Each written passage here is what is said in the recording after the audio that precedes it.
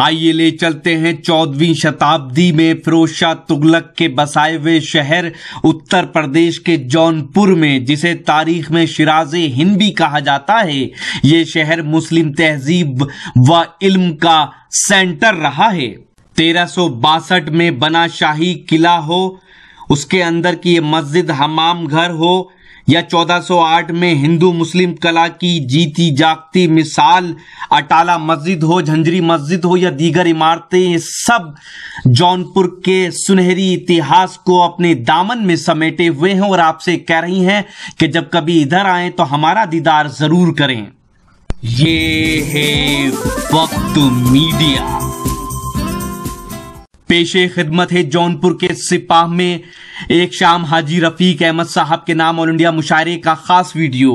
हाजी रफीक अहमद साहब इस मुशायरे को सुनने के लिए सिंगापुर से तशरीफ लाए थे। हाजी रफीक अहमद साहब एक नेक दिल उर्दू नवाज शख्सियत हैं। यूं तो वो कारोबार के सिलसिले में सिंगापुर रहते हैं, लेकिन सिंगापुर में रहते हुए भी वो अपनी तहजीब को नहीं भूले हैं। दूसरी ओर इस मुशायरे की सरपरस्ती फरमाई उर्दू नवाज शख्सियत, मुशायरे को अपना ताउन देने वाले, जी हां, नेक दिल खूबसूरत इंसान जनाब शेख सलाउद्दीन साहब दीदारगंज। वो सऊदी अरब में ही बैठकर इस मुशायरे को सुन रहे थे, वहीं से इस मुशायरे की सरपरस्ती फरमा रहे थे, शोरा इकराम की हौसला अफजाई कर रहे थे। शमा फरोजा रहे जनाब अबुल जैस आजमी साहब। मुशायरे की सदारत की जनाब अरशद खान साहब ने, जो समाजवादी पार्टी के राष्ट्रीय महासचिव हैं। हम शुक्रिया अदा करते हैं जनाब इमामुद्दीन साहब का, जो जौनपुर के AIM के लीडर हैं, और शुक्रगुजार हैं इरफान भाई मुंडियार के। वाह वाह वाह। आइए हजरात गिरामी, रामिश दिलावरपुरी के बाद मैं आपसे अर्ज करूं कि बोला दुकानदार की क्या चाहिए तुम्हें, जो भी कहोगे मेरी दुकान पर वो पाओगे। मैंने कहा कि कुत्ते के खाने का केक है, बोला यहीं पे खाओगे या लेके जाओगे। आइए तंजिया और मजाहिया शायरी से फिर से एक बार महफिल में कह कहे बिखेरे और मुलाकात करें जनाब कमल प्रतापगढ़ी से कि वो तशरीफ लाए और अपने कलाम से नवाजें।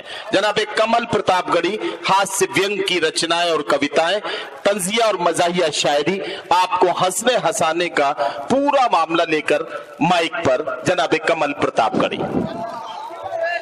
बहुत बहुत शुक्रिया, आपने हमें उठाया, अल्लाह आपको उठाए। नहीं, मेरा मतलब आपका नाम कविता और शायरी की दुनिया में ऊंचा उठाए। एक बार जोरदार तालियां बजा के मुझे इजाजत दें। बड़ा अच्छा आप लोग सुन रहे हैं, बीच बीच में थोड़ा सा खामोश हो जाते हैं तो डर लगता है कि कहीं ये मेरा आखिरी मुशायरा ना हो, इसलिए तमाम तरह की बातें होती रहती। अभी अंबर इलाहाबादी साहब पढ़ के गए हम लोगों के बीच से, थोड़ी देर पहले पढ़ रहे थे, अब हम लोगों के बीच नहीं रहे, पीछे बैठे हुए हैं। इनके बड़े बड़े बाल आप लोगों ने देखा होगा। समझ में नहीं आता देख के कि अंबर इलाहाबादी की बारात आएगी कि इनकी बारात जाएगी। जब ये पैदा हुए थे तो 6 दिन तक इनके यहाँ सोहर नहीं गाया गया था। लोग कंफ्यूजन में थे, लड़का है कि लड़की है। बाद में मामला क्लियर हुआ, तब लोग बधाई और मुबारकबाद देने लगे कि लड़का हुआ है, लड़का हुआ है। तो तमाम तरह की बातें होती रहती हैं। अभी मैं यहाँ पे आ रहा था तो रास्ता भूल गया था, वहां चौराहे से आगे चला गया था। तो एक आदमी से मैंने पूछा कि भाई साहब सिपाह जाना है, तो सिपाह का रास्ता यही है? तो उसने कहा हाँ राजा। फिर थोड़ा सा मैं आगे आया, मैंने कहा भाई साहब जहां मुशायरा हो रहा है वो रास्ता यही है? तो उसने कहा हाँ राजा यह है।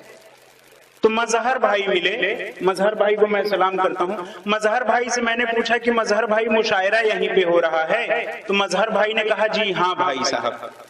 तो मैंने कहा अभी थोड़ी देर पहले मैंने 2 लोगों से पूछा था कि मुशायरा यहाँ पे हो रहा है, तो उन्होंने कहा कि हाँ राजा। आप कह रहे हैं जी हाँ भाई साहब, इसके पीछे क्या मामला है?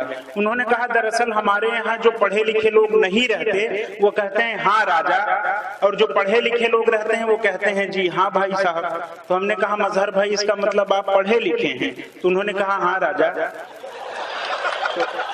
इस तरह की तमाम बातें होती रहती हैं। एक जोरदार तालियां बजा दे, मैं थोड़ा सा रिचार्ज हो जाऊंगा। पहली बार आपके बीच में आया हुआ हूँ, थोड़ा सा हौसला बढ़ता है। असल में मैं प्रतापगढ़ से हूँ। तो एक बार हमारे कॉलेज में कंपटीशन हुआ कि अंदर आने के लिए जो लड़का सबसे कम शब्दों का इस्तेमाल करेगा उसको इनाम दिया जाएगा। एक लड़का आजमगढ़ का था, उसने कहा श्रीमान क्या मैं अंदर आ सकता हूँ? उसका वाक्य बड़ा लंबा था, बहुत कम शब्दों का इस्तेमाल करना था, उसे कोई इनाम नहीं मिला। एक लड़का इलाहाबाद का था, उसने कहा मैं आई कम इन सर, उसका भी सेंटेंस बहुत लंबा था और अंग्रेजी में था, उसको भी कोई इनाम नहीं मिला।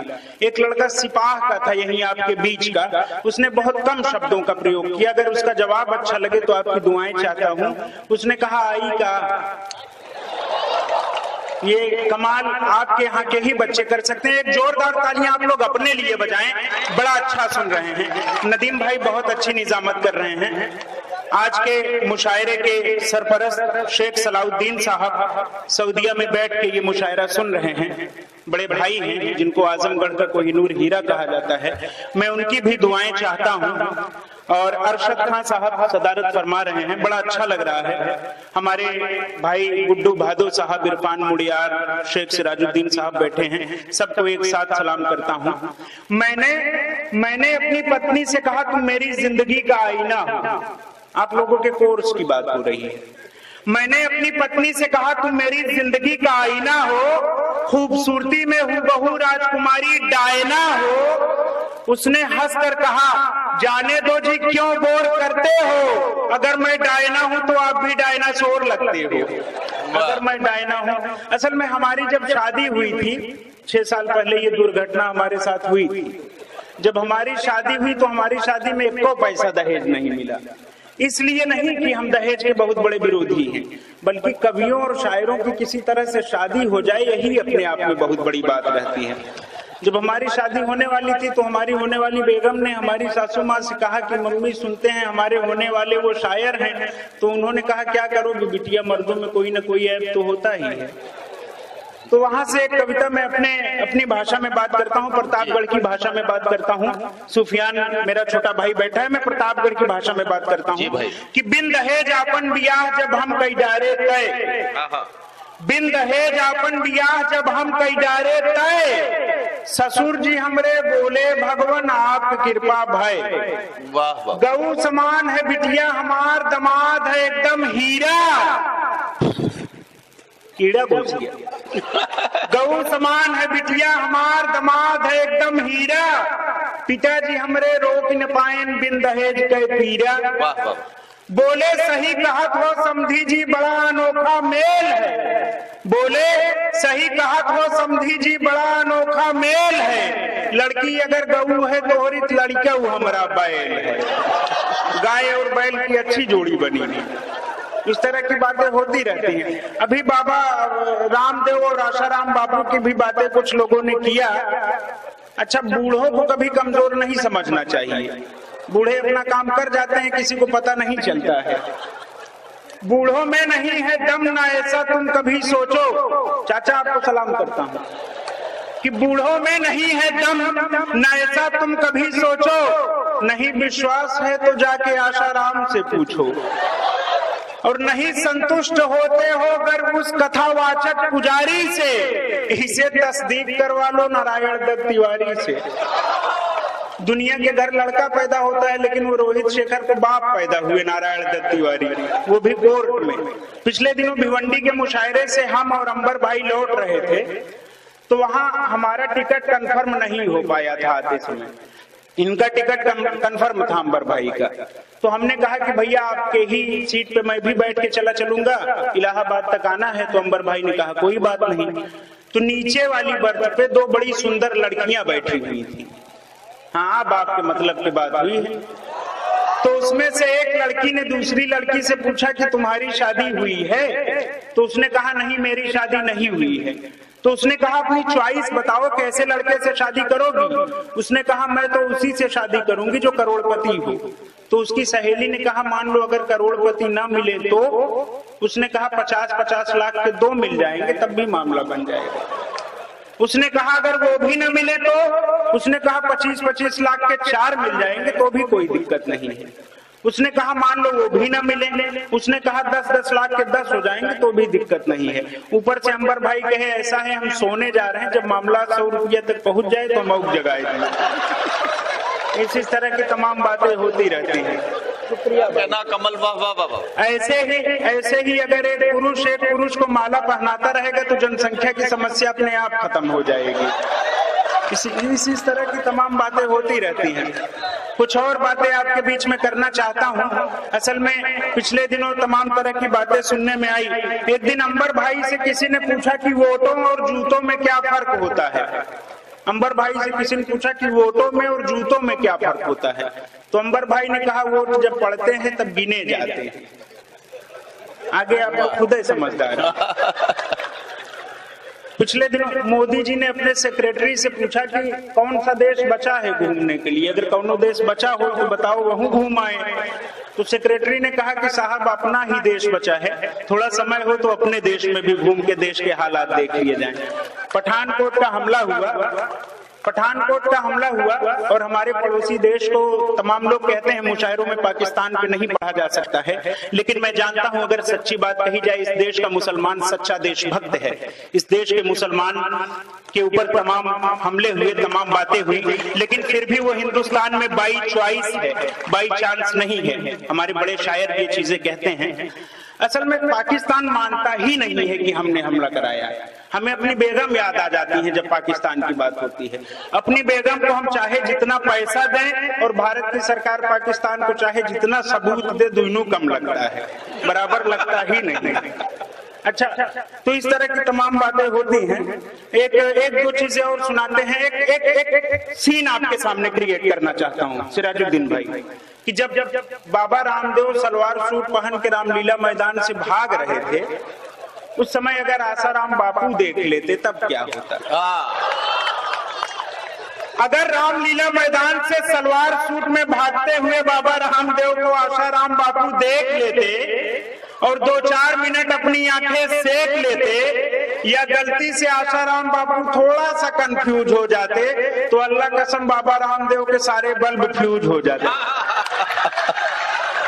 कमल प्रतापगढ़ी आपसे तंजिया और मजाहिया अंदाज। कमल आ जाओ हाँ आ जाओ, आ रहे मैं बुला लेता हूं कमल प्रतापगढ़ी को। कमल प्रतापगढ़ी आपसे बहुत ही लतीफ गुफ्तगू कर रहे थे और बीच बीच में उन्होंने अपनी कविताओं के कुछ छलिकाएं भी यहाँ पेश की। मैं बहुत मुबारकबाद पेश करते हुए उनसे गुजारिश करता हूं कि थोड़ा सा कुछ और पढ़ लें। जी शुक्रिया, आपने फिर से मुझे बुलाया। असल में बाहर से भी बहुत अच्छे अच्छे शायर मंगाए गए हैं, पीछे रखे हुए हैं, थोड़ी देर बाद वो सब भी आप लोगों के बीच में आएंगे। अच्छा, लड़के हमेशा फेल हो जाते हैं। हाई स्कूल का रिजल्ट जब भी आता है या इंटर का, लड़कियां ज्यादा नंबर पाती हैं, लड़के कम नंबर पाते हैं।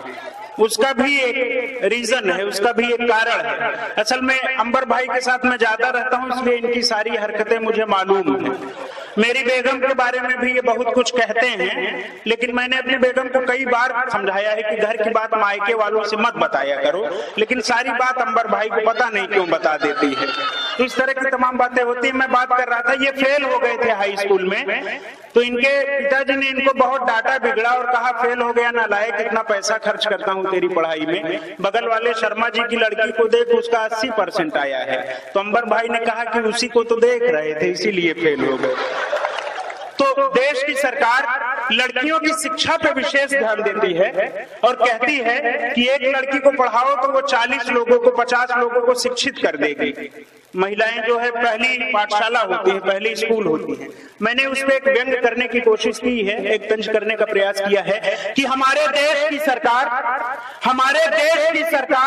आजकल कर रही एक नया प्रचार, कहती है हर लड़की को पढ़ाओ, कहती है हर लड़की को पढ़ाओ, उसे आगे बढ़ाओ, भारत नए कीर्तिमान गढ़ेगा, शिक्षा का स्तर भारत का स्वाभिमान बढ़ेगा। लेकिन मैं इसे नहीं मानता, शिक्षा का स्तर कैसे बढ़ेगा मैं नहीं जानता। मेरा दिल इस नसीहत से बहुत चिढ़ता है, अरे इससे तो शिक्षा का स्तर और भी गिरता है, क्योंकि जिस कॉलेज में लड़कियां पढ़ती हैं वहाँ कई खेल हो जाते हैं, हैं। एक लड़की को पढ़ाने के चक्कर में क्लास के 40 लड़के फेल हो जाते हैं।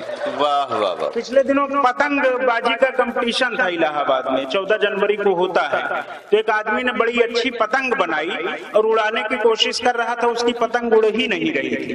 तो बगल में एक उस्ताद साहब थे, उन्होंने कहा मैं बताता हूँ पतंग क्यों नहीं उड़ रही। उन्होंने उसका एक उनको तरीका बताया, पतंग पे लिख दिया मोदी, तब से पतंग ऐसा उड़ रही है कि जमीन पे आ ही नहीं रही है। इस तरह की भी तमाम बातें होती हैं। सुना है एक आखिरी कविता सुना के मैं शहीद हो जाऊंगा। तमाम अच्छे जो है शायर बाहर से मंगाए गए हैं, वो भी आपके बीच में आएंगे।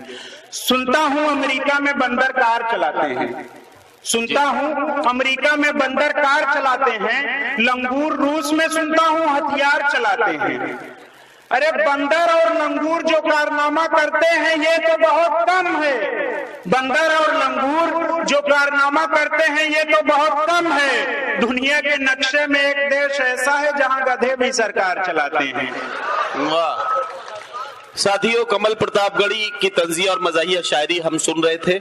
आइए हम शुक्रिया अदा करते हैं इरफान अहमद मुंडियार साहब का, जिनकी दावत पे ये मुशायरा हमने कवर किया। इस मुशायरे के ऑर्गेनाइजर रहे मोहम्मद अजहद, इस मुशायरे के कन्वीनर रहे फैज अहमद फिरोज और इस मुशायरे के कन्वीनर रहे जिशान खान। इस मुशायरे में अपनी निजामत के जौहर दिखाए हिंदुस्तान के मशहूर और मारूफ नाज़िम मुशायरा और शायर जनाब नदीम फर्रुख साहब ने। मोहतरम हिंदू जी यहाँ बैठे हैं, अरशद खान साहब सदारत फरमा रहे हैं, अबुल जैद साहब मौजूद हैं, हमारे अयाज खान साहब, हाजी रफीक साहब मौजूद हैं। ये तमाम लोग यहाँ मौजूद हैं। इस बात की जमानत है कि उर्दू की मोहब्बत में ये जरूरी नहीं है कि किसी खास मजहब के लोग निकल कर आए।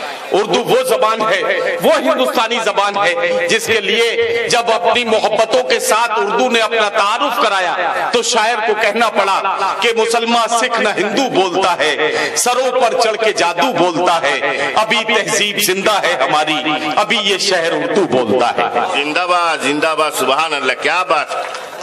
उर्दू अपना काम कर रही थी, उर्दू का काम मोहब्बतें फैलाना था, उर्दू मोहब्बतें फैला रही थी, हर खासो आम के दिलों पर दस्तक दे रही थी, दिलों में जगह बना रही थी। लेकिन मोहतरम अरशद खान साहब, सियासत के चंद नाक़िबत अंदेश लोग खड़े हुए और उन्होंने उर्दू के चेहरे पर दाढ़ी लगाई, उर्दू के सर पर टोपी रखी और ये कहा कि उर्दू तो सिर्फ और सिर्फ मुसलमानों की जबान है।